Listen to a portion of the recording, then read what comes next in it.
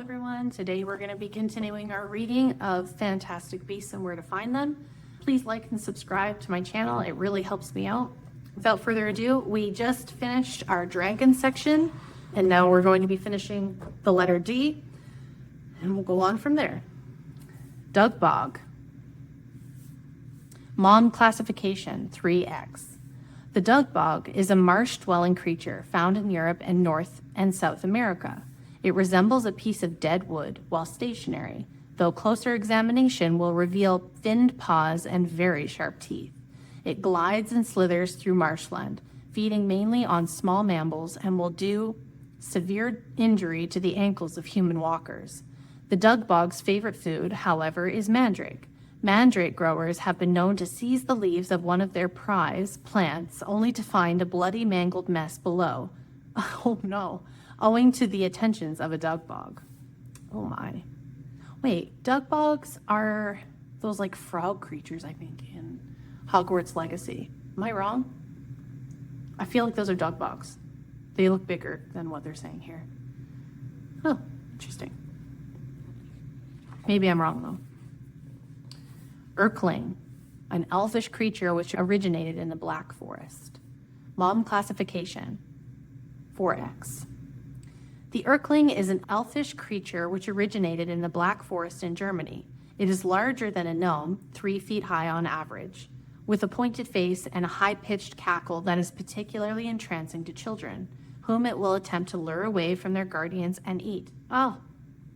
Strict controls by the German Ministry of Magic, however, have reduced Urkling killings dramatically over the last few centuries, and the last known Urkling attack upon the 6-year-old wizard Bruno Schmidt resulted in the death of the Urkling when Master Schmidt hit it very hard over the head with his father's collapsible cauldron.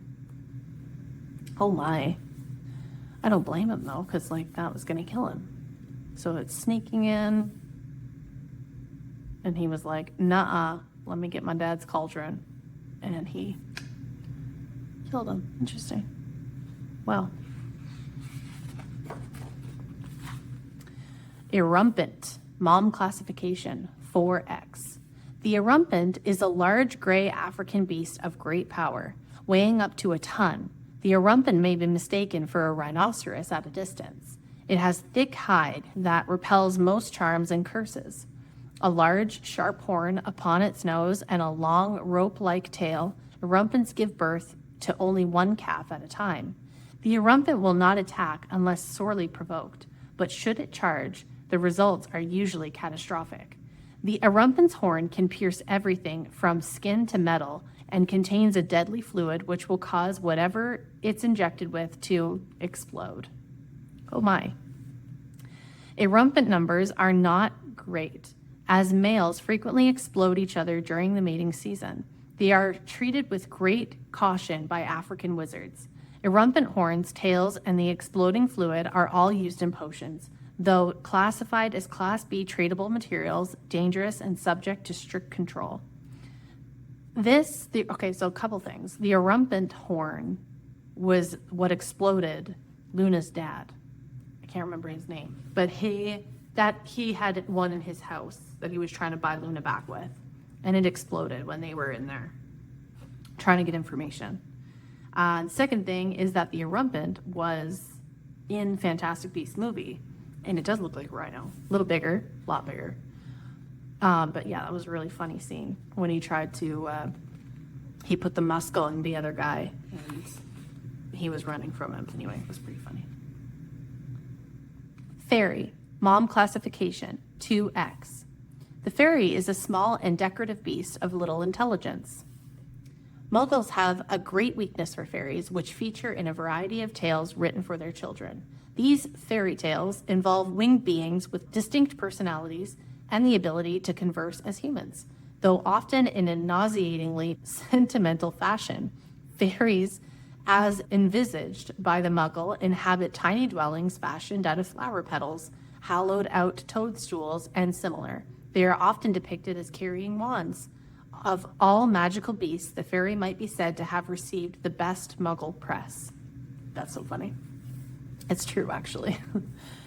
Often used or conjured by wizards for decoration, the fairy generally inhabits woodlands or glades. Ranging in height from 1 to 5 inches, the fairy has a minute humanoid body, head, and limbs, but sports large insect-like wings which may be transparent or multicolored according to type. The fairy possesses a weak brand of magic that it may use to deter predators such as the augury.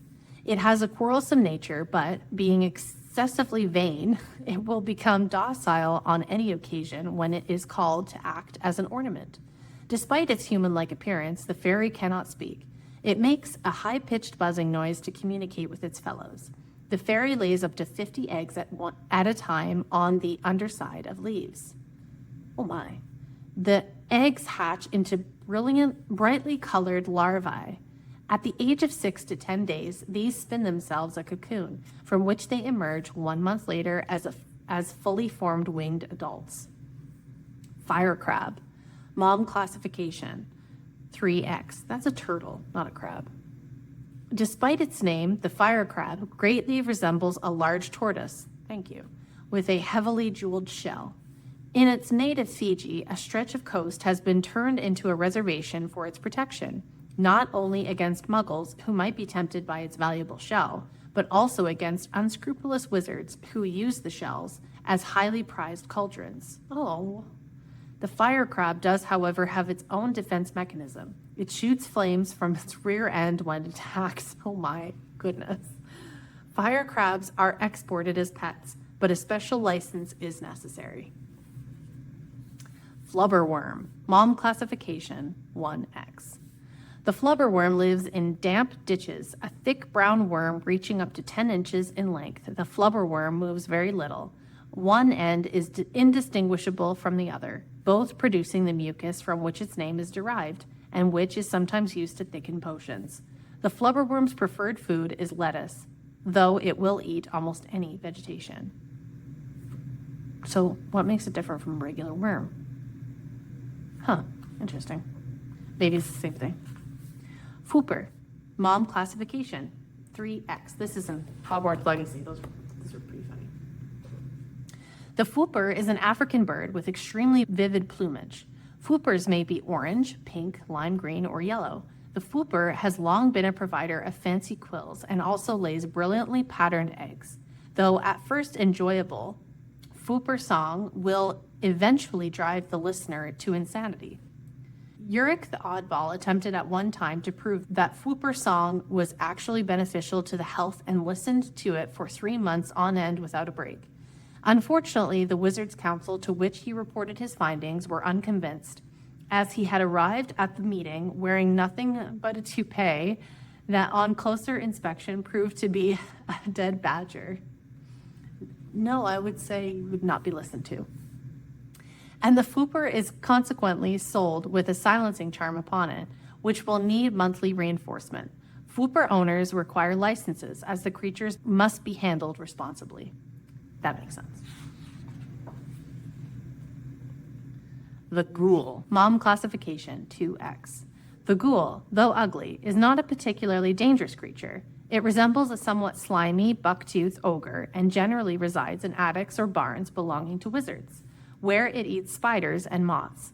It moans and occasionally throws objects around, but it is essentially simple-minded at will, and will, at worst, growl alarmingly at anyone who stumbles across it. A ghoul task force exists at the Department for the Regulation and Control of Magical Creatures to remove the ghouls from dwellings that have passed into Muggle hands. But in wizarding families, the ghoul often becomes a talking point or even a family pet. In the books, the Weasleys have a ghoul in the attic, and it was obviously a family pet. That then they turned him into Ron with spattered groit in the Deathly Hallows. Good times. Glumbumble, mom classification, 3X. The glumbumble, Northern Europe, is a gray, furry-bodied flying insect that produces melancholy-inducing treacle, which is used as an antidote to the hysteria produced by eating alihotsi leaves. It has been known to infest beehives with disastrous effects on the honey. Glumbumbles nest in dark and secluded places such as hollow trees and caves. They feed on nettles. Interesting. Okay. Gnome, mom classification, 2X. The gnome is a common garden pest found throughout Northern Europe and North America. It may reach a foot in height with a disproportionately large head and hard, bony feet. The gnome can be expelled from the garden by swinging it in circles until dizzy and then dropping it over the garden wall. Alternatively, a jarvey may be used, though many wizards nowadays find this method of gnome control too brutal. That's so funny. It kind of looks like an alien. Like what humans would think would be an alien.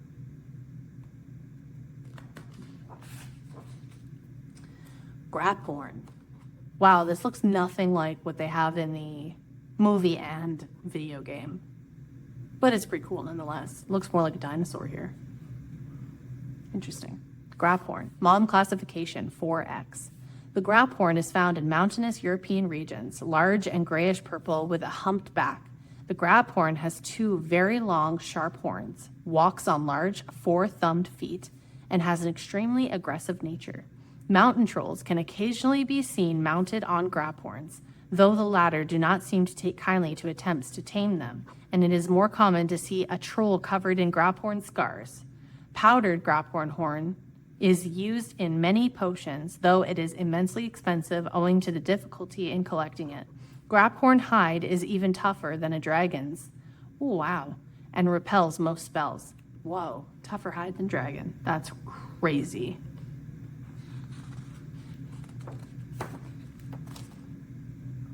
Griffin. Very cool. Obviously from Gryffindor. Griffins are often employed by wizards to guard treasure. Cool. Interesting. Mom classification, 4X. The griffin originated in Greece and has the front legs and head of a giant eagle, but the body and hind legs of a lion. Like sphinxes, see below, griffins are often employed by wizards to guard treasure. Though griffins are fierce, a handful of skilled wizards have been known to befriend one. Griffins feed on raw meat. Cool.